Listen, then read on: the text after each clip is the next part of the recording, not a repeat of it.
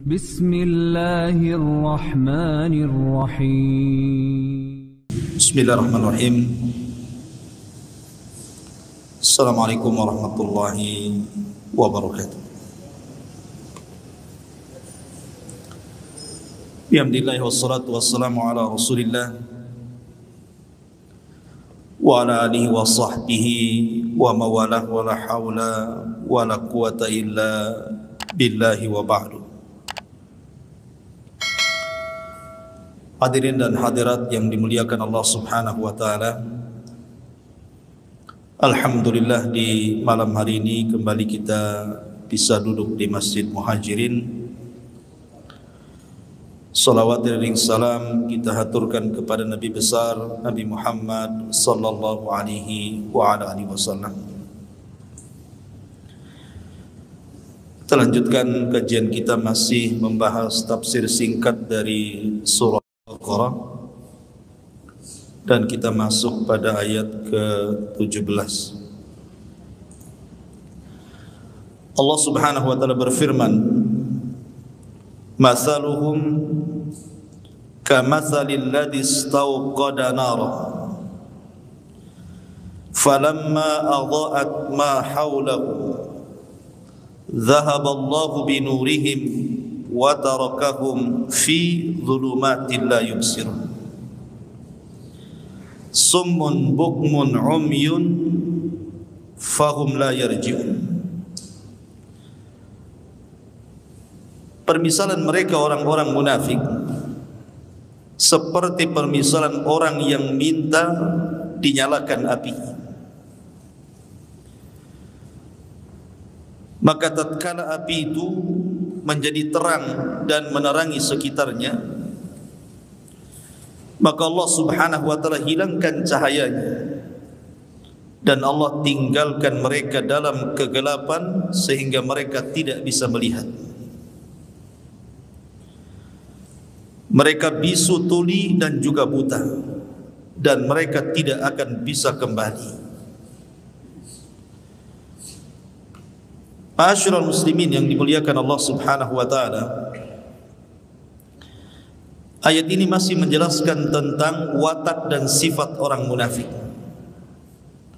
Dan di sini Allah Subhanahu wa taala ingin menjelaskan soal permisalan orang-orang munafik. Dan permisalan dalam Al-Quran itu banyak. Dan Allah Subhanahu wa taala tidak pernah malu untuk membuat permisalan. Innallaha la yastahi an yadriba masalah. Allah tidak malu untuk membuat sebuah permisalan. Dan dijadikan sebuah permisalan dalam Al-Quran itu untuk dijadikan ibrah dan pelajaran. Dan tidak ada yang tahu soal permisalan yang Allah buatkan misal dalam Al-Quran kecuali orang-orang yang punya ilmu.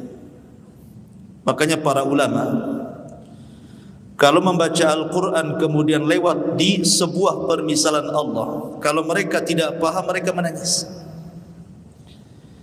Kenapa para ulama menangis? Karena menunjukkan bahwa dia tidak ahli, dia tidak paham dengan permisalan itu. Padahal permisalan dibuat itu untuk dijadikan ibrah dan pelajaran. Lah di sini Allah Subhanahu wa taala membuat permisalan tentang orang-orang munafik. Permisalan dunia dan permisalan akhirat.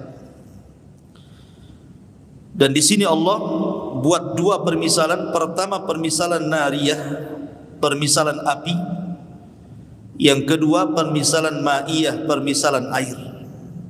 Jadi Allah membuat permisalan orang munafik dengan api dan dengan air. Seperti apa permisalan dengan api dan dengan air itu? Di sini Allah mengatakan masaluhum kamathalil ladzi istawqada nar. Permisalan orang-orang munafik itu seperti permisalan orang yang meminta dihidupkan api.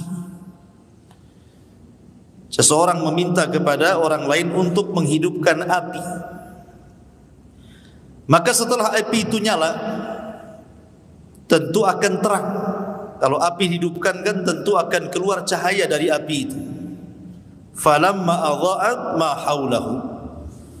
Ketika kemudian api itu sudah terang dan cahayanya kemudian menyinari di sekelilingnya, di sekitarnya, zahaballahu binurihim. Tiba-tiba Allah hilangkan cahayanya. Apinya tetap tapi cahayanya hilang.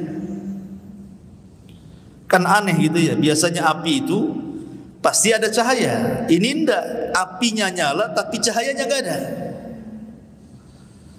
Wa tarakahum fi dhulumat. Bukan masalah itu saja. Setelah hilang cahayanya, kemudian tinggal apinya saja, maka api itu justru menyakiti mereka. Karena ada api pasti ada asap. Sudah gelap, kemudian keluar asap yang kemudian meliputi sekitarnya, kemudian di tengah malam. Makanya Allah mengatakan la yubsirun, menjadikan mereka tidak bisa melihat. Apa maksudnya di sini? Kenapa Allah Subhanahu wa taala mempermisalkan orang-orang munafik seperti orang yang meminta dihidupkan api? Maksud api di sini adalah dinul Islam, agama Islam. Jadi orang-orang munafik meminta bahwa dirinya supaya diakui keislamannya. Jadi orang-orang munafik itu masuk Islam supaya diakui keislamannya oleh manusia, bukan oleh Allah. Sehingga ketika kemudian Islamnya bermanfaat untuk dirinya, Islamnya kan untuk bermanfaat untuk dirinya, karena kalau orang sudah masuk Islam terjaga hartanya, terjaga darahnya, terjaga kehormatannya, terjaga keluarganya. Dia bisa menikahi wanita-wanita muslimah. Dia diperlakukan seperti perlakuan terhadap orang-orang muslim. Artinya orang-orang munafik itu mendapatkan manfaat di dunia. Seperti di sini permisalan api. Ketika kemudian apinya sudah nyala, dia pun sudah masuk Islam, begitu. Kemudian dengan api yang menyala itu manfaat di sekelilingnya, artinya dia pun mendapatkan manfaat dari Islam itu. Tetapi ketika dia sudah meninggal dunia, masuk ke alam kubur, kemudian nanti dibangkitkan di padang mahsyar, zahaballahu binurihim. Maka di kuburan mereka tidak akan mendapatkan cahaya Islam itu. Mereka gelap. Enggak manfaat keislaman di dunia yang sama sekali. Zahaballahu binurihim. Maka Allah hilangkan cahaya mereka. Wa tarakahum, dan Allah biarkan mereka dalam kuburan-kuburan mereka atau di padang mahsyar mereka fi dhulumah, di atas kegelapan-kegelapan, la yubsirun, dan mereka tidak bisa melihat. Begitulah Allah Subhanahu wa taala membuat permisalan orang-orang munafik. Di dunia memang kesannya mereka sama dengan kita muslim, tapi di akhirat baru nampak kekafirannya. Karena sekali lagi orang munafik itu menampakkan Islam dan menyembunyikan kekafiran. Itu disebut munafik. Makanya Allah Subhanahu wa taala katakan summun. Karena orang munafik itu mereka bisu, bukan tidak bicara, tidak bisa bicara. Mereka tidak mau bicara dengan kebenaran. Bukmun, mereka tuli karena tidak mau mendengar kebenaran. Umyun, mereka buta karena tidak mau melihat kebenaran. Lah kalau lisannya tidak mau mengucapkan kebenaran, kemudian telinganya tidak mau mendengar kebenaran, kemudian matanya tidak mau melihat kebenaran, pasti la yarji'un. Gak mungkin mereka kembali. Bagaimana cara kembali kepada hidayah sementara alat-alat hidayah mereka tutup? Ya. Kan alat-alat ilmu itu mata, alat ilmu. Kemudian telinga, alat ilmu. Penglihatan, kemudian lisan, alat ilmu. Lah kalau alat-alat ilmunya ditutup, mungkinkah orang ini akan kembali kepada hidayah? Mustahil, la yarji'un. Makanya Allah mengatakan fahum la yarji'un, mereka akan kembali. Orang munafik itu selamanya mereka akan munafik. Tidak akan kembali ke dalam Islam yang hakiki. Ini permisalan yang pertama. Ini disebut permisalan nariyah namanya, permisalan dengan api. Kemudian yang kedua, permisalan dengan air. Allah mengatakan au qasayyibin minas sama fihi dhulumatun wa ra'dun wa barqun yaj'aluna asabi'ahum fi adhanihim minas sawa'iqi hadharul maut wallahu muhitum bil kafirin. Permisalan yang kedua yang disebut dengan permisalan ma'iyah, permisalan air, atau kasayyibin minas sama. Kondisi orang-orang munafik itu seperti hujan yang turun sangat deras dari langit. Fi dhulumat, maksudnya di tengah-tengah kegelapan malam. Jadi sudah malam gelap gulita, tiba-tiba hujan turun sangat deras-derasnya. Cukup sampai di situ? Tidak. Tiba-tiba aradun, ada kilat, wabarkun, ada petirnya lagi. Sehingga yaj'aluna asabi'ahum, karena takut di malam hari hujan deras, ada guntur, ada petir, ada kilat, takut menyambar-nyambar telinga mereka, maka mereka tutup telinga-telinga mereka dengan asabi'ahum, dengan jari-jari mereka, fi adhanihim, pada telinga-telinga mereka, minas sawa'iqi hadaral maut, karena takut terkena kilatan guntur, karena mereka takut dengan kematian. Wallahu muhitum bil kafirin, dan Allah meliputi orang-orang kafir. Maksudnya begini, Allah Subhanahu wa taala hendak mempermisalkan kepada kita permisalan orang munafik ketika mendengarkan Al-Qur'an. Jadi permisalan yang kedua ini, permisalan orang-orang munafik ketika mendengarkan Al-Qur'an. Maka ketika mereka mendengarkan Al-Qur'an itu seperti permisalan ma'iyah ini.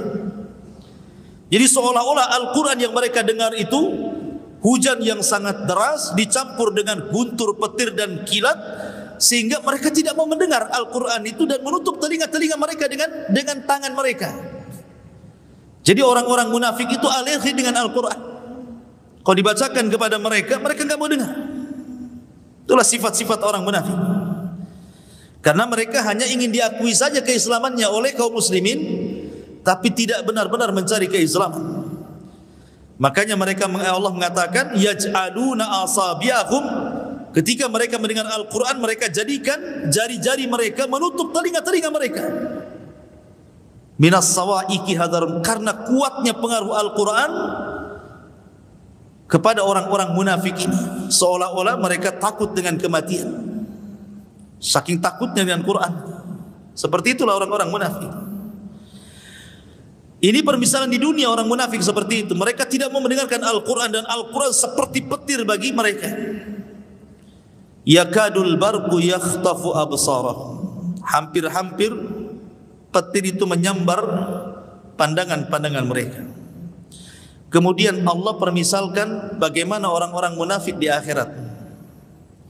Kullama adha'a lahum masyaw fihi, apabila ada cahaya, maka mereka mulai berjalan. Wa idza adlama, tapi kalau cahayanya hilang, alaihim qamu, maka mereka berhenti. Walau sya'allahu la dhahaba bisam'ihim wa absarihim, kalau Allah mau, Allah akan hilangkan pendengaran dan penglihatan mereka. Innallaha ala kulli syai'in qadir, sesungguhnya Allah atas segala sesuatu maha mampu. Jadi ketika Allah Subhanahu wa taala mengumpulkan manusia di padang mahsyar, dan Allah katakan wasiqal ladzina kafaru ila jahannama zumar, orang-orang kafir tidak sempat melewati titian siratal mustaqim, langsung digiring ke jahanam, dimasukkan ke jahanam. Itu orang kafir. Sehingga ketika orang-orang kafir sudah digiring, wasiqal ladzina kafaru ila jahannama zumara, maka yang tersisa hanya dua kelompok, orang-orang yang beriman dan orang-orang munafik. Kenapa mereka tidak seperti orang-orang kafir langsung dimasukkan ke dalam jahanam? Kenapa mereka kemudian dikumpulkan dengan orang-orang yang beriman? Karena zahirnya mereka orang-orang beriman masalahnya. Makanya mereka dikelompokkan di situ. dan mereka diberikan kesempatan untuk menyeberang. Ketika mereka hendak menyeberang, Allah berikan macam-macam orang itu cahaya sesuai dengan amalannya di dunia. Ada cahayanya terang banget dia, ada cahayanya tidak terang, ada cahayanya redup, ada cahayanya kadang terang kadang redup. Dan ketika meniti titian siratal mustaqim, ada yang seperti kilat, tahu-tahu sudah sampai di ujung.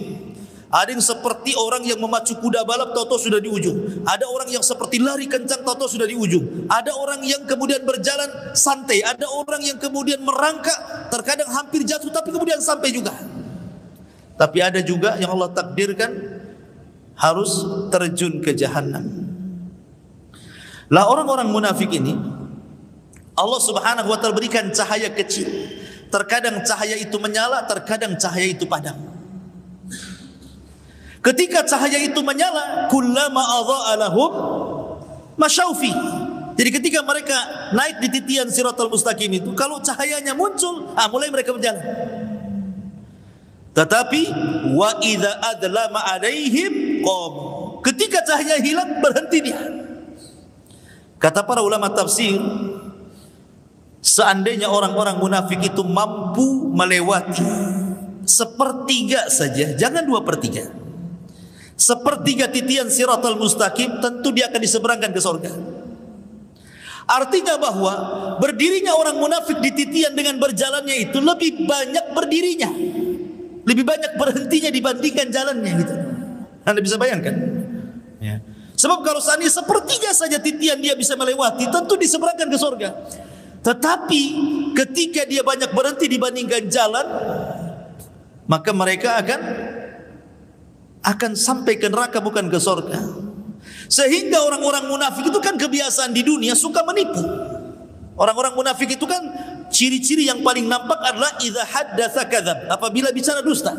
Dia suka menipu orang. Idza laqul ladzina amanu qalu amanna wa idza khalau ila syayatinin qalu inna ma'akum innama nahnu mustahzi'un. Kalau berjumpa dengan orang yang beriman, oh aku ni kawan kalian. Tapi kalau berjumpa dengan orang kafir, saya juga kawan kalian. Jadi orang munafik itu sama orang yang beriman berdusta, sama orang kafir pun berdusta. Dia tengah-tengah dia. Makanya orang munafik itu terkenal orangnya orator, alimul lisan, pandai diplomasi. Makanya Rasul mengatakan, innama akhwafa ma akhafu alaikum munafikun alimul lisan. Yang paling aku takutkan terjangkit penyakit kepada umat ini, munculnya para diplomasi dari kalangan munafikin. Yang orang yang pandai bicara, melobi sana sini maksudnya. Makanya Allah mengatakan tu'jibuhum qauluhum, tu'jibuka qauluhum bi afwahihim. Jadi kalau mereka ngomong itu memang luar biasa orang munafik. Karena Abdullah ibn Ubay bin Salul, tokoh munafik itu luar biasa kalau ngomong itu. Itulah cirinya orang munafik. Lah ketika di dunia dia bisa mengelabui orang yang beriman, rupanya ketika menyeberang titian siratal mustaqim, dia pun mau berusaha mengelabui orang-orang yang beriman. Allah sebutkan dalam surah Nur, ketika orang-orang yang beriman lewat dan tentu membawa cahaya, apa kata orang munafik? Naktabis min nurikum. Tunggu dulu, aku ingin berjalan bersama kamu dan mengikuti cahayamu. Ya, di dunia dia bisa mengelabui orang yang beriman, di akhirat mana bisa? Ya. Maka orang-orang yang beriman yang ketika berjalan di titian siratal mustaqim, kemudian orang munafik mengatakan naktabis min nurikum, tolonglah berhenti dulu, saya ingin ikut cahayamu. Maka orang mukmin mengatakan tidak, faltamis mi waraikum, cari di belakang kalian katanya. Akhirnya orang munafik kembali, rupanya ada semacam jidar, semacam tembok yang zahirnya itu rahmat tapi belakangnya adalah azab. Ya, zahiruhu rahmah. Jadi zahirnya rahmat tetapi belakangnya adalah min kibalihi azab. Akhirnya ketika masuk ke tembok itu disangkanya dia akan selamat, malah masuk ke dalam jahanam gitu. Nauzubillah. Ya, orang munafik di dunia bisa melabui, tapi di akhirat siapa yang bisa dikelabui dia? Ini permisalan orang-orang munafik yang disebut dengan permisalan ma'iyah namanya, permisalan api. Kemudian setelah Allah Subhanahu wa taala menyebutkan sifat-sifat orang yang beriman, kemudian menyebutkan sifat-sifat orang kafir, kemudian menyebutkan sifat-sifat orang munafik, maka Allah tutup ayatnya, ya ayyuhan nas ubudu rabbakumul ladzi khalaqakum walladzina min qablikum la'allakum tattaqun. Alladzi ja'ala lakumul arda firashan was samaa'a binaan wa anzala minas samaa'i ma'an fa akhraja bihi minas thamarati rizqan lakum fala taj'alu lillahi andadan wa antum ta'lamun. Wahai manusia, manusia ini mencakup mukmin, kafir, munafik. Wahai manusia, seolah-olah ingin mengatakan, hei orang yang beriman, hei orang kafir, hei orang munafik, begitu. Ubudu rabbakum, sembah Rabb kalian, tauhidkan Rabb kalian. Alladzi khalaqakum, yang telah menciptakan kalian, walladzina min qablikum, dan menciptakan orang sebelum kalian, la'allakum tattaqun, agar kalian bertakwa. Kenapa kita harus menyembah Allah Subhanahu wa taala? Karena alladzi ja'ala lakumul arda firasha, karena Allah yang telah menjadikan bumi ini terhampar untuk kalian. Was samaa'a binaa, dan menjadikan langit itu bangunan sebagai atap kalian. Wa anzala minas samaa'i ma'an, dan Allah turunkan dari langit itu air. Fa akhraja bihi minas thamarat, maka Allah keluarkan dengan air itu berbagai macam thamarat, buah-buahan. Rizqan lakum, sebagai rizki bagi kalian. Fala taj'alu lillahi andadan wa antum ta'lamun, maka janganlah kalian menjadikan bagi Allah tandingan-tandingan jikalau kalian mengetahuinya. Ada sebuah kaidah yang harus diketahui seorang mukmin tentang nikmat Allah, kenapa kita harus menyembah Allah Subhanahu wa taala. Pertama, al-ijad. Pertama, al-ijad. Kemudian yang kedua, al-i'dad.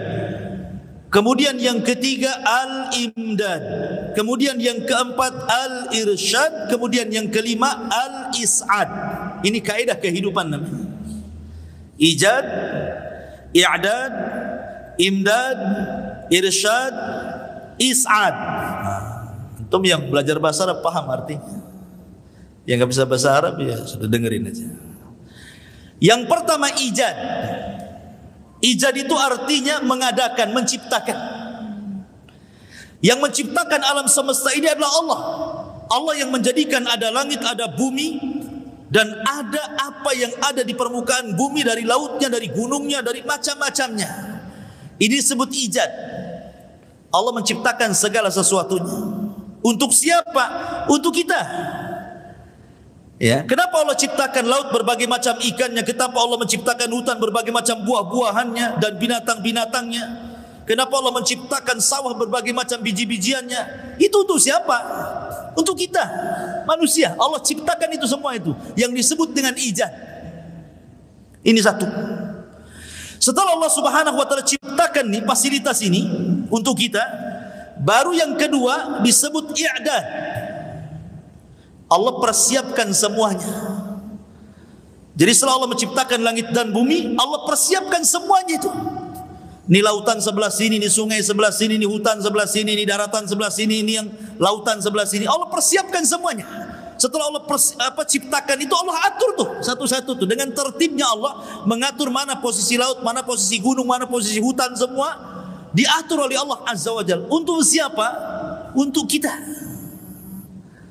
Kemudian yang ketiga, al-imdad.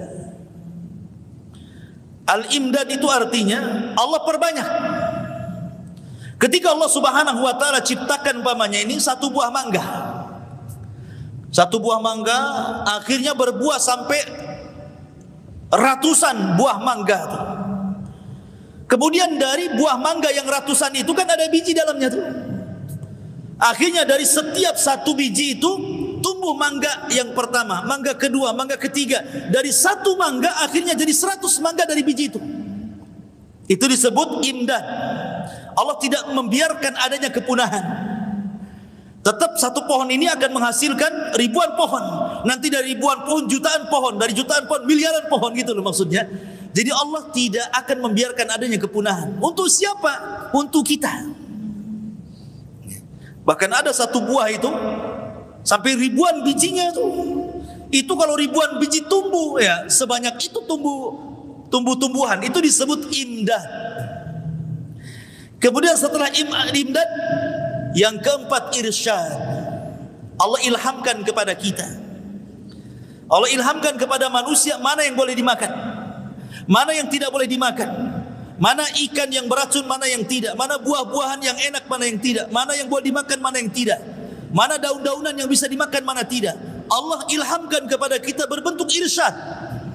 Diarahkan begini, ini yang boleh, ini yang tidak, ini yang boleh, ini yang tidak. Kemudian yang terakhir is'ad. Baru Allah berikan kebahagiaan. Dengan makan ini akhirnya kenyang, dengan makan ini akhirnya sehat, dengan makan ini akhirnya sehat, sembuh, macam-macam kan. Coba bayangkan, ini semua nikmat dari Allah kan. Pertama Allah ciptakan, Allah persiapkan, Allah perbanyak, Allah arahkan, Allah berikan kebahagiaan. Itu yang Allah katakan, alladzi ja'ala lakumul arda firasya. Allah jadikan bumi terhampar, ijad. Kemudian was-samaa'a bina'an, imdad. Wa anzala minas samaa'i ma'an fa akhraja bihi minas samarati rizqan lakum. Ada rizki, ada imdad dan ada irsyad, dan di sini juga ada is'ad. Lah dari 5 kaidah ini Allah hanya minta kepada kita, fala taj'alu lillahi andadan wa antum ta'lamun. Jangan jadikan Allah itu tandingan. Karena yang memberikan nikmat itu Allah kepada kita. Kalau saya analogikan seperti ini, seandainya nih, saya punya anak. Anak ini saya sekolahkan mulai dari TK, kemudian SD, kemudian SMP, kemudian SMA, kemudian kuliah, S1, S2, sampai doktor, sampai profesor, sampai punya perusahaan, sampai kaya dia.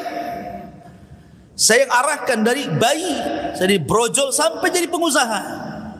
Sudah sukses, ini pengusaha ini, anak saya ini. Tiba-tiba kemudian dia mengirim uang bulanan sebagai balas budinya, bukan ke saya yang membesarkan, tetapi ke tetangga saya. Marah enggak antum itu kalau punya anak kayak gitu? Antum yang besarkan, antum yang nyekolahkan, gila sudah ada gaji dikirim ke tetangganya. Apa enggak murka kita ini? Seperti itulah Allah Subhanahu wa taala. Walillahi matsalul a'la. Loh, Allah yang kasih semuanya, tiba-tiba Tuhan lain pula yang antum sembah. Apa enggak murka Allah Subhanahu wa taala? Makhluk aja bisa murka tuh. Kalau seandainya semua yang kita berikan tiba-tiba balas budinya kepada orang lain, kita aja bisa murka. Walillahi matsalul a'la. Tentu permisalan Allah lebih tinggi lagi dibandingkan permisalan kita. Maka tentu Allah Subhanahu wa taala akan murka kalau kita mengambil sesembahan selain daripada Allah. Sementara Allah sudah jadikan bumi terhampar untuk kita, langit sebagai atap untuk kita, segala air, buah-buahan, binatangnya, macam-macamnya untuk kita. Tiba-tiba yang disembah pula berhala. Apa enggak murka Allah kan? Dari sini ikhwatu fiddin muliakan Allah Azza wa Jalla. Maka di sini Allah ajarkan tauhid, bahwa menyembah Allah itu penting. Karena dia yang telah menciptakan kita dan mengatur kita dan memberikan rizki kepada kita, dan segala sesuatu sudah ditakdirkan kepada kita. Maka tidak layak bagi kita untuk menyekutukan selain daripada Allah Subhanahu wa ta'ala. Kemudian Allah mengatakan, wa in kuntum fi raibin mimma nazzalna ala abdina fa'tu bi suratin min mithlihi wad'u syuhada'akum min dunillahi in kuntum sadiqin fa illam taf'alu wa lan taf'alu fattaqun nar allati waquduha an-nas wal hijarah uiddat lil kafirin. Di sini Allah Subhanahu wa taala menjelaskan perkara lain tentang Al-Qur'an. Jadi sampai 22 ini berbicara tentang sifat-sifat orang yang beriman, orang kafir dan orang munafik, dan ditutup dengan disuruhnya kita menyembah Allah Azza wa Jalla. Maka sekarang masuk pada bab lain tentang Al-Quran. Allah Subhanahu wa taala mengatakan, wa in kuntum fi raibin, jika kalian ragu-ragu, oh mungkin jangan-jangan si Muhammad itu merekayasa Quran, Atau jangan-jangan ada jin yang mengajarkan kepada Rasul itu Al-Quran. Atau jangan-jangan mungkin Muhammad itu menyadur Al-Quran dari kitab-kitab sebelumnya. Atau kalau jangan-jangan. Kan ada orang yang ragu-ragu dengan Quran itu. Kalau memang kalian ragu-ragu dengan Al-Quran, bahwa Quran itu tidak datang dari Allah subhanahu wa ta'ala, maka Allah subhanahu wa ta'ala katakan, mimma nazzalna ala abdina fa'tu bi suratin. Coba datangkan satu surat saja. Tidak usah satu Quran, satu surat saja. Dalam sejarah, dari orang-orang yang mengaku Nabi dan Rasul, mengklaim dirinya Nabi dan Rasul, tidak ada yang pernah membuat surat dalam Al-Quran kecuali Musailamah Al-Kadzdzab. Kan banyak nabi-nabi palsu itu bermunculan. Banyak nabi palsu di zaman Rasul sudah ada. Ya, di zaman Rasul, sebelum wafatnya Rasul, di situ ada Tulaiha ibn Khuwailid, ada Al-Aswad Al-Ansi, ada Sajah bintul Haris. Kemudian di zaman tabi'in ada Mukhtar ibn Ubaid Al-Thaqafi. Kemudian ada lagi di zaman belakangan-belakangan ini pendiri Ahmadiyah namanya Hadrat Mirza Ghulam Ahmad. Dan banyak lagi di Indonesia juga ada Ahmad Musaddiq. Itu apa, siapa yang ngaku nabi palsu? Saya tidak pernah mendengar dari mereka ada wahyu yang mereka rangkai kecuali Musailamah Al-Kadzdzab. Yang pernah merangkai surat-surat yang ingin menandingi Al-Quran itu cuma Musailamah Al-Kadzdzab.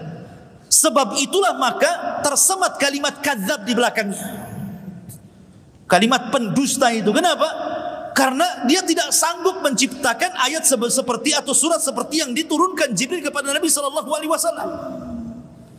Tapi nabi-nabi palsu kan tidak ada di belakangnya kadzab kan?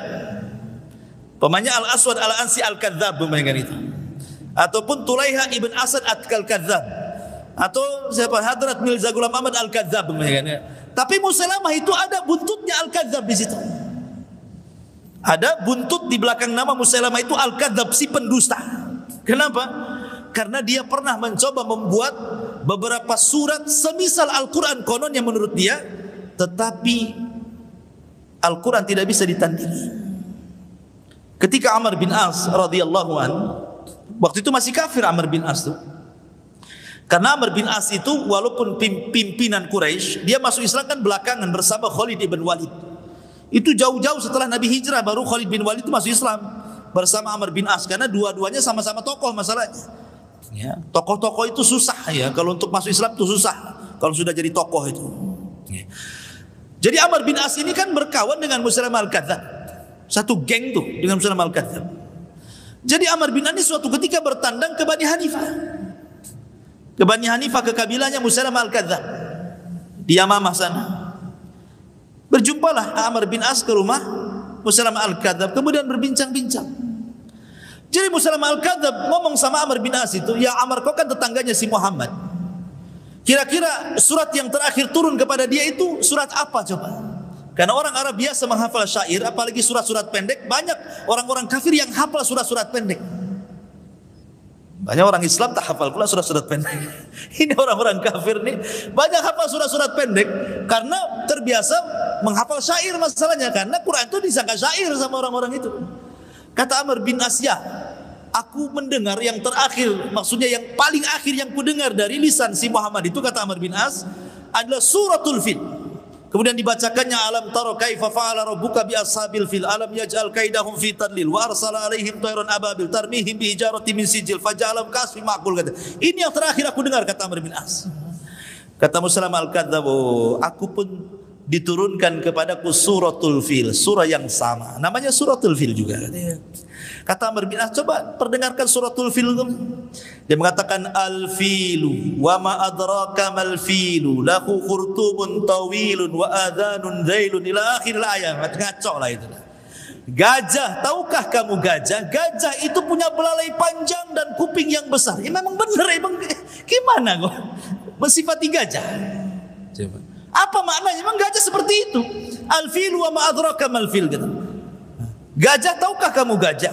Lahu khurtumun tawil, punya belalai panjang. Ya memang punya belalai panjang kan? Wa adhanun zail, dan telinga yang besar melambai. Aku disebutkan dalam riwayat, dia mengatakan kalau si Muhammad itu turun padanya suratul Fil, maka turun semalam Jibril kepadaku suratul Difda' katanya. Ini aneh lagi, suratul Difda, ya Difda binta Difda aini niki mata niki fa inna a'laki fit tini wa asfaluki fil ma'i. Ya Difda binta Difda aini, wahai kodok, putra dari ibu bapak kodok, katanya. Niki mata niki, silahkan mengodok, karena paling tinggi hidupmu di tanah dan paling rendah hidupmu di air. Ini Amr bin As ini kan masih kafir ya, masih kafir dia. Tetapi orang Arab itu menganggap dusta itu aib masalahnya. Ingat, orang jahiliyah itu sejahil-jahiliyahnya orang jahil, tapi orang yang berdusta itu aib. Bagi mereka aib. Makanya orang Arab itu jarang berdusta walaupun jahiliyah. Bedanya kalau kita ini suka dusta padahal muslim ya. Orang jahiliyah itu menganggap aib. Makanya Amr bin As langsung mengatakan, wallahi ya Musailamata fa inni ra'aituka kadziban. Demi Allah wahai Musailamah, aku tidak melihat engkau ini kecuali seorang pendusta. Padahal sama-sama kawan itu, sama-sama musyrik. Tapi Amr bin As mengatakan, wallahi inni ra'aituka kadziban, engkau ini pendusta. Aku benar ini enggak, itu karya-karya kamu aja itu katanya. Kau yang rangkai-rangkai katanya. Itu Amr bin As mengatakan seperti itu. Artinya dari sini bahwa sekelas Musailamah al-Kadzdzab, seorang ahli syair saja, tidak bisa merangkai Al-Quran. Apalagi orang yang tidak pandai merangkai syair, apalagi orang yang tidak tahu bahasa. Makanya sering saya katakan di permulaan ketika kita membahas surah Al-Baqarah, kenapa Allah Subhanahu wa taala memulakan surah Al-Baqarah itu dengan alif lam mim? Kenapa? Kenapa surah Al-Baqarah dimulai dengan kalimat alif lam mim? Seolah-olah Allah ingin mengatakan Quran ini terangkai dari alif, ba, ta, sa, jim, lam, kha, ha sampai ya gitu. Sebagaimana Quran terangkai dari huruf lam, alif, mim dan begitu seterusnya dari huruf hijaiyah, kau rangkai juga Al-Quran dari huruf-huruf itu. Kalau kau sanggup. Ini huruf-hurufnya sudah ada, huruf hijaiyah itu alif sampai ya. Sekarang kau rangkailah Quran itu dari huruf-huruf ini. Kalau kalian sanggup. Makanya Allah mengatakan di sini fa'tu bi suratum min mithli. Datangkan semisal Quran. Satu surat saja. Cukup sampai di sini. Wad'u syuhada'akum. Kalau perlu, undang syuhada'akum. Penolong-penolongmu. Kumpulkan mau malaikat, mau jinnya, mau manusianya, mau profesornya, mau orang jahilnya, kumpulkan semuanya satu alam semesta ini kalau kalian sanggup. Dibayangkan. Kumpulkan malaikatnya sekali, kumpulkan jinnya sekali, kumpulkannya manusia sekali, kumpulkan orang cerdas sekali. Fa'tu bi suratim min mithli. Datangkan semisal Al-Quran. In kuntum shadiqin. Kalau kalian memang benar, kalian sanggup membuat Al-Quran, maka Allah bantah fa illam taf'alu. Jika kalian tidak sanggup melakukan, walan taf'alu, dan tidak akan mampu melakukannya, fattaqun nar, maka takutlah kepada neraka. Allati waquduhan nas, yang bahan bakarnya manusia, wal hijarah, dan bebatuan, uiddat lil kafirin, dan itu sudah disiapkan bagi orang-orang kafir. Dari sini menunjukkan bahwa Al-Quran adalah mukjizat yang datang dari Allah Subhanahu wa taala. Tidak ada yang sanggup merangkai seperti Al-Quran. Kemudian Allah Subhanahu wa taala berfirman, wa basyiril ladzina amanu wa 'amilus salihati anna lahum jannatin tajri min tahtihal anhar kullama ruziqu minha min thamaratir rizqan qalu hadzal ladzi ruziqna min qablu wa utubihi mutasyabiha wa lahum fiha azwajun mutahharatun wa hum fiha khalidun. Dan berilah kabar gembira kepada orang-orang yang beriman dan beramal saleh bahwa bagi mereka sorga-sorga. Sorga itu bukan satu, karena Allah menggunakan jamak di sini, sorga, ya, karena sorga itu memiliki tingkatan-tingkatan. Syekhul Islam Ibnu Taimiyah rahimahullahu taala ketika memberikan catatan kepada hadis Nabi sallallahu alaihi wasallam bahwa para penghafal Quran, orang-orang yang punya perhatian Al-Quran di dunia, maka akan dipanggil di sorga di hadapan Allah Azza wa Jalla. Kemudian Allah Subhanahu wa taala akan berfirman kepada orang yang mencintai Quran ini, Iqra warta warattil kama kunta turattil fid dunya fa inna manzilataka inda akhiri ayatin taqra'uha. Baca, naiklah, karena di sorga itu nanti manusia diberikan raf-raf. Raf-raf itu sayap di belakang sini sehingga bisa terbang. Ya, jadi di sorga itu bukan kayak di bumi. Kalau di bumi itu kan kita merayap di bumi. Binatang-binatang yang disebut dengan binatang melata yang merayap di bumi. Di sorga nggak ada binatang melata itu. Di sorga itu tidak ada binatang yang merayap kayak kita di bumi, itu tidak ada.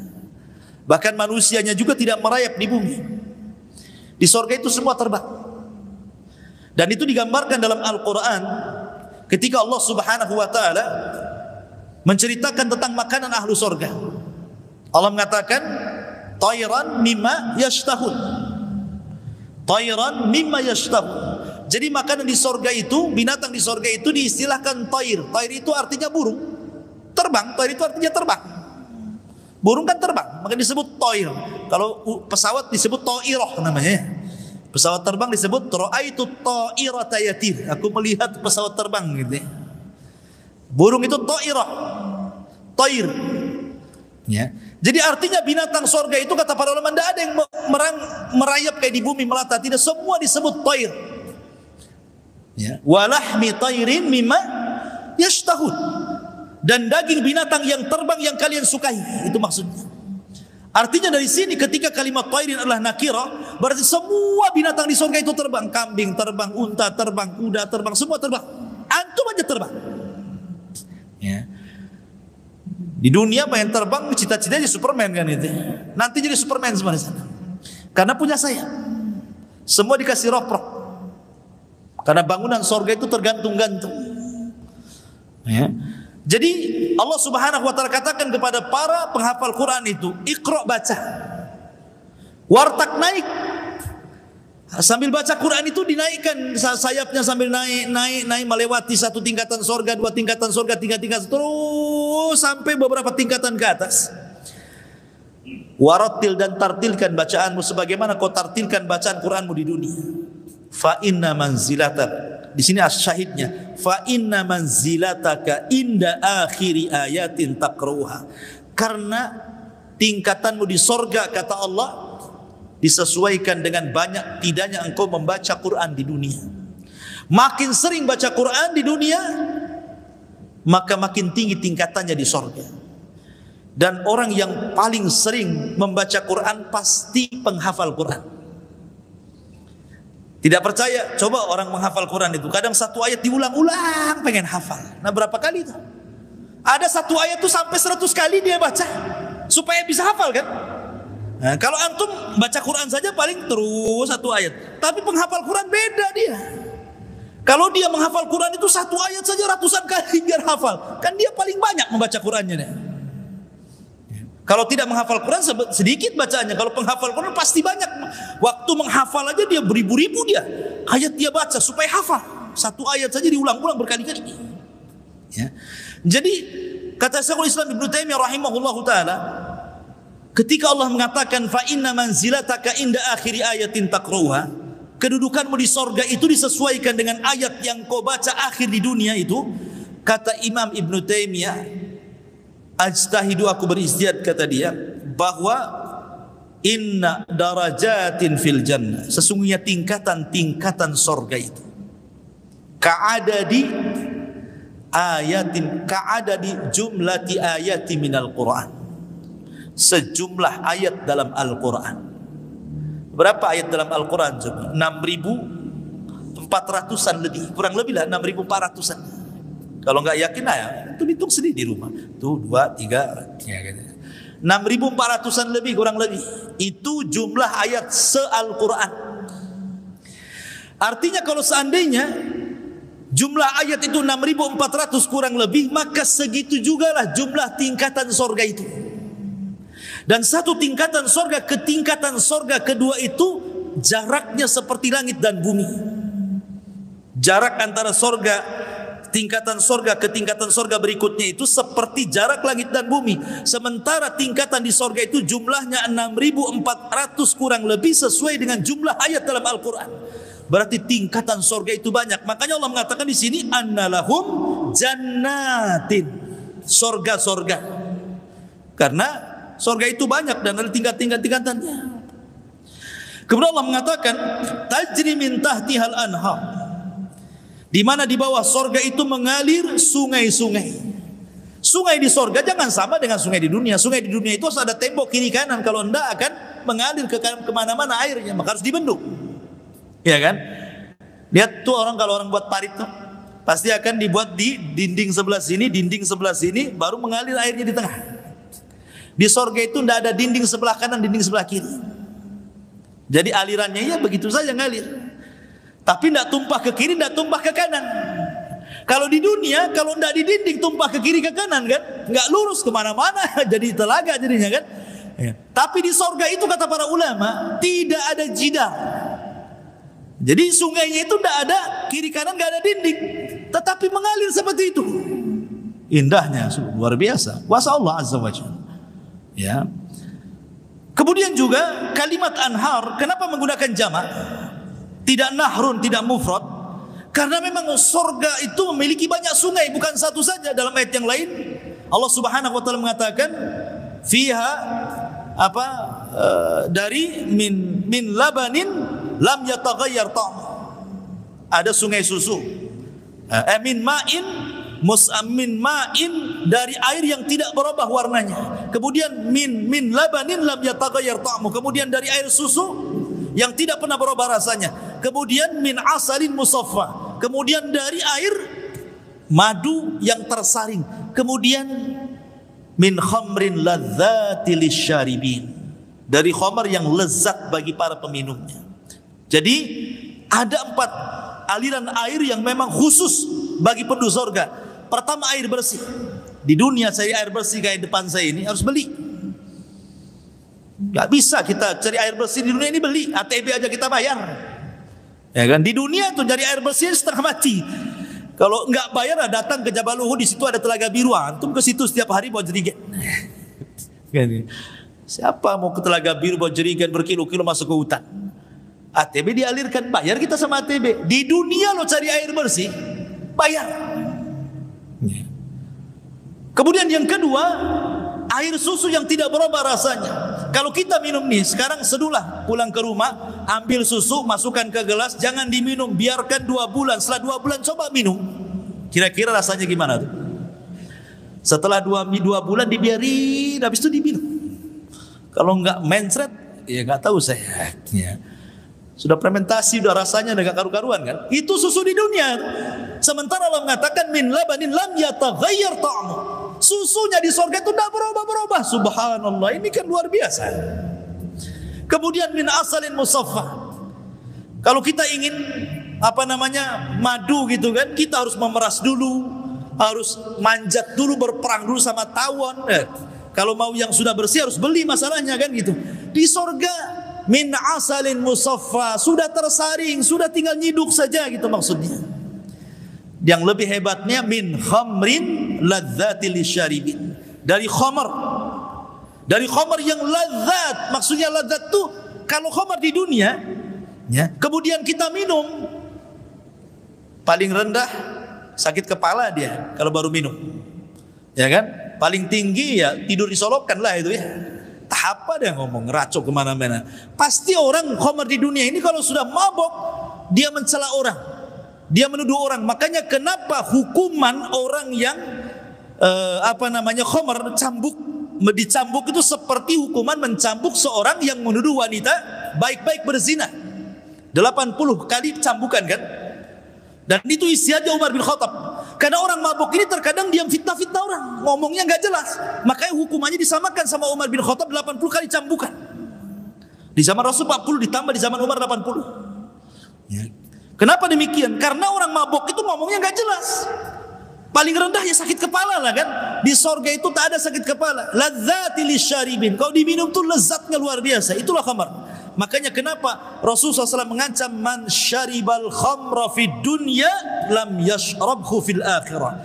Siapa yang mabuk di dunia jangan bisa mabuk kok di akhirat. Gak akan mabuk kok di akhirat kata Rasul. Ya. Tetapi kata para ulama, apakah hadis ini dipahami zahirnya? Jadi orang yang pernah minum di dunia minuman keras, dia tidak akan minum minuman keras di akhirat, ataukah dia tetap minum? Ulama menjadi dua pendapat. Ada yang mengatakan dilihat zahir hadis ini bahwa orang yang pernah minum khamar di dunia, kemudian dia tidak tobat dan mati di atas itu, walaupun dia masuk surga, dia nggak akan dikasih minuman sungai berupa khamar karena sudah pernah diminum di dunia. Itu satu pendapat. Pendapat yang kedua ada yang mengatakan tidak. Karena di surga itu semua halal, tidak ada yang haram. Tidak ada di surga itu yang ini boleh diminum, yang ini tidak. Semua boleh di surga itu. Ya. Mana ada ini haram, ini haram? Tidak. Di surga itu semua boleh. Tidak ada yang tidak boleh.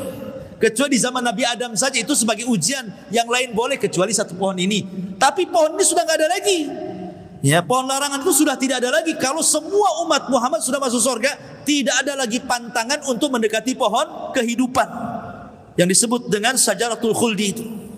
Itu hanya untuk ujian kepada Adam karena sebuah hikmah, karena Adam harus diterjunkan ke bumi. Karena Allah yang mengatakan inni ja'ilun fil ardi khalifah. Aku jadikan di bumi. Kenapa Adam di surga? Ya makanya harus turun ke bumi karena Allah mengatakan di bumi masalahnya kan. Maka dibuatlah ujian, diciptakanlah pohon. Dengan sebab itulah Adam akhirnya ke bumi, dan itu sesuai dengan hikmah Allah. Ya. Taib tajri min tahtihal anhar. Kullama ruziku minha min thamarati rizqa. Setiap kali mereka diberikan rizki dari buah-buahan di sorga. Qalu hadza alladhi ruzikna min qablu. Ini buah yang pernah kami rizkikan sebelumnya di dunia. Wa utubihi mutasyabiha. Ada kemiripan antara buah sorga dan dunia. Kata Abdullah bin Abbas ketika mentafsirkan ayat ini, dia mengatakan bahwa kemiripan nama buah-buahan di sorga dengan di dunia itu hanya sekedar asma, lal hakikat. Hanya sekedar nama, kesamaan, kemiripan nama, tetapi bukan hakikat. Nama boleh sama tapi hakikat berbeda, gitu maksudnya. Di dunia ada pisang, di sorga ada pisang. Di dunia ada kurma, di sorga ada kurma. Kemudian di dunia ada delima, di sorga ada delima. Di dunia ada pohon anggur, di surga juga ada anggur. Begitu seterusnya. Ini hanya kesamaan nama, bukan kesamaan hakikat. Karena hakikatnya surga itu sebagaimana sabda Rasul, a'dadtu li ibadis salihin ma la ainun ra'at wa la udhunun sami'at wa la khatara ala qalbi bashar. Aku siapkan kenikmatan bagi orang-orang soleh di surga itu, kenikmatan yang tidak bisa dilihat mata, kenikmatan yang tidak bisa didengar telinga, bahkan terlintas pun tidak bisa karena nikmatnya. Jadi hanya kemiripan nama, bukan hakikat. Walahum fiha azwajun mutahharah. Dan bagi mereka pasangan-pasangan yang suci, maksudnya para bidadari. Bahkan ada yang mengatakan satu orang itu diberikan oleh Allah 70 bidadari. 70 bidadari ini, setiap satu bidadari memiliki 70 dayang. Lah 70 dayang ini memiliki 70 pembantu-pembantu lain. Anda bisa bayangkan berapa itu perempuan yang Anda di sekeliling antum itu. 70 bidadari. Sudah jelas bidadari. Di dunia saja kalau orang cantik dibilang bidadari. Kalau laki-laki tampan nggak ada bidadara kan itu. Karena khusus perempuan saja. 70 bidadari ini, setiap satu bidadari dikelilingi oleh 70 dayang. Kemudian 70 dayang, setiap satu dayang dikelilingi 70 pembantu. Berarti 70 kali 70 kali 70, itulah perempuan yang ada di sekeliling antum. Semua halal bagi antum, nggak ada yang haram.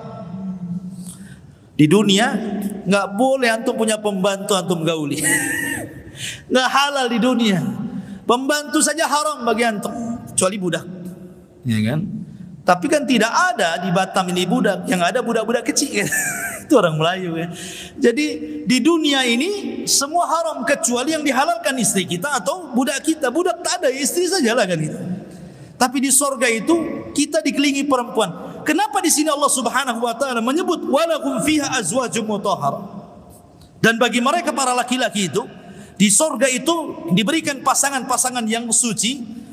Dan Al-Quran lebih banyak menceritakan tentang bidadari bagi nikmatnya laki-laki. Karena di dunia saja laki-laki itu tidak suka dengan yang lain kecuali dengan perempuan. Makanya Allah akan memberikan kesukaan itu. ketika Adam diciptakan dan dimasukkan ke sorga, Allah tidak ciptakan burung yang bisa bicara supaya menemani Adam di sorga. Atau Allah ciptakan semacam tumbuh-tumbuhan atau pohon-pohon yang cantik dan bisa ngobrol dengan Adam di sorga. Tidak, Allah tidak ciptakan itu karena Adam tidak suka itu. Ya. Tapi Allah ciptakan dari tulang rusuknya Hawa. Setelah ciptakan Hawa inilah Adam tenang. Ya. Bisa saja kan Allah ciptakan burung, Allah ciptakan binatang-binatang untuk menemani Adam di sorga kan? Tapi Allah tidak ciptakan itu. Justru Allah ciptakan pasangannya dari tulang rusuknya. Ya, karena Allah mengatakan wa min ayatihi an khalaqalakum min anfusikum azwaja litaskunu ilaiha. Lihat bahasa litaskunu ilaiha, bukan litaskunu ma'aha. Bukan pakai ma'aha tetapi ilaiha. Nih indahnya bahasa Arab. Kenapa Allah mengatakan litaskunu ilaiha, bukan litaskunu ma'aha? Kalau litaskunu ma'aha hanya sekedar satu rumah tapi tidak ada kebahagiaan. Kita nikah itu bukan untuk satu rumah dengan pasangan. Kalau hanya satu rumah saja buat apa? Ya. Tetapi litaskunu ilaiha, supaya hati kita tenang dengan dia. Walaupun tidak ada atapnya rumah kita, gitu maksudnya. Kalau hanya satu rumah saja, betapa banyak suami istri satu rumah tetapi tidak tenang, bercerai, nggak jelas-jelas di situ kan. Itulah bahasa Quran. Kenapa diciptakan pasangan? Bukan untuk serumah, supaya kita tenang dengan dia, gitu maksudnya. Lah Adam itu diciptakan Hawa seperti itu. Walahum fiha azwajum mutahharatun wa hum fiha khalidun. Dan Allah kekalkan mereka di sorga. Ingat kekekalan sorga. Kalau ada yang mengatakan lalu bedanya apa? Kalau sorga kekal, Allah juga kekal. Berarti Allah ada tandingan dalam kekekalan di sini. Tidak. Allah kekal, sebelumnya tidak didahului dengan ketidakadaan. Tapi sorga sebelumnya didahului dari ketidakadaan. Sebelumnya tidak ada sorga, Allah ciptakan sorga. Tapi Allah sebelumnya tidak didahului dengan ketidakadaan. Allah itu selamanya ada. Kemudian yang kedua, yang menakdirkan sorga kekal adalah Allah.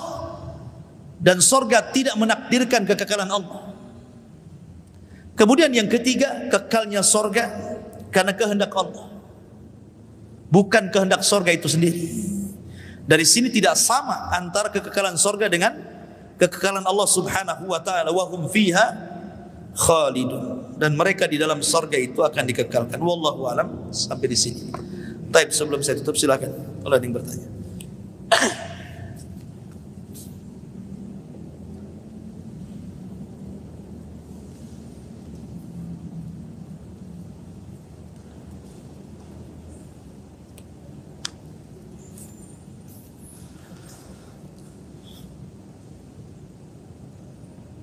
Taib, kalau pas, alhamdulillah.